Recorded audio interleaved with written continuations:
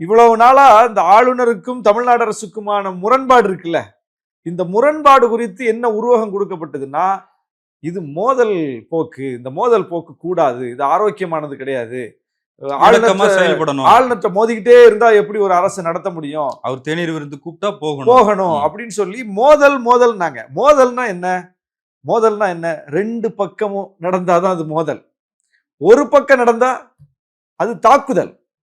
2 பக்கமும் நடக்கிறதுக்கு ஆளுநர் ஒரு தவறு செஞ்சிட்டாரு, தமிழ்நாடு ஒரு தவறு செஞ்சுட்டு, ஆளுநர் ஒரு சரி பண்ணிட்டாரு, தமிழ்நாடு அரசு ஒரு சரி பண்ணிருச்சு, 2 பேரும் மோதுறாங்க, ஒன்னு 2ல எது பெருசுன்னு மோதி பார்க்கறாங்கன்னா மோதல்னு சொல்லலாம்.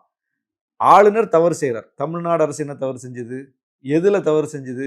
அவர் சொல்றதை கேட்கல. அவரு சொல்றதை கேட்கறதுக்கு தமிழ்நாடு அரசு கிடையாது, தமிழ்நாடு அரசு சொல்றதை கேட்கறதுக்கு தான் அவரு. இப்ப அதை சொல்லியிருக்காங்க. அதுதான் சொல்லியிருக்காங்க. இதைத்தான் அன்னையில இருந்தே சொல்லிட்டு இருக்கோம். நான் அன்னைக்கு சட்டமன்றத்தில் பேசும்போதே ஒன்னு சொன்னேன்.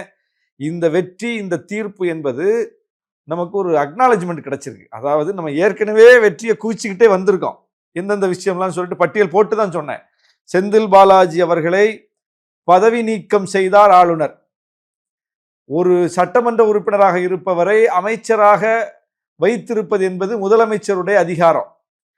சிறையில் இருக்கிறவர், வழக்கை சந்திக்கிறவர் அமைச்சராக இருக்கலாமா அப்படின்னு கேட்டா அதுக்கு சட்டம் என்ன சொல்லியிருக்குன்னா அமைச்சரா இருக்கலாம், எம்எல்ஏ இருக்கிறாரு அமைச்சரா இருக்கலாம். அப்போ மக்கள் பிரதிநிதித்துவ சட்டப்படி தண்டனை பெற்றவர் தான் எம்எல்ஏ இருக்க முடியாது, அமைச்சரா இருக்க முடியாது, மக்கள் பொறுப்புல எதுலையும் இருக்க முடியாது அப்படின்னு சட்டம் இருக்கும்போது, சட்டத்தை மீறி இவர் எப்படி முடிவு பண்றாரு? சிறையில் இருக்கிறதுனாலயோ அல்லது வேற எந்த காரணத்தினாலேயோ ஒருத்தர் அமைச்சரவையிலிருந்து நீக்கணும்னா அது யார் எடுக்க வேண்டிய முடிவு? அவருடைய பொறுப்புகள் கைமாற்றப்பட்டது. இலாகா இன்னொருத்தருக்கு கொடுக்கப்பட்ட கூடுதல் பொறுப்பாக தங்கம் தென்னரசு அவர்களுக்கும் முத்துசாமி அவர்களுக்கும் கொடுக்கப்பட்டதை தவிர அவர் அமைச்சராகத்தான் தொடர்ந்தார்.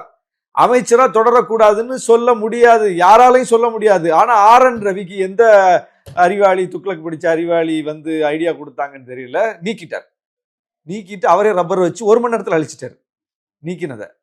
அப்போ அந்த 1 மணி நேரத்தில் தமிழ்நாடு அரசின் முதலமைச்சரின் அதிகாரம் என்ன என்பது உணர்த்தப்பட்டு விட்டது. தீர்ப்பு அன்னைக்கே கிடைச்சாச்சுங்க. தீர்ப்பு அந்த 1 மணி நேரத்துல கிடைச்சிருச்சு, இன்னைக்கு இல்ல.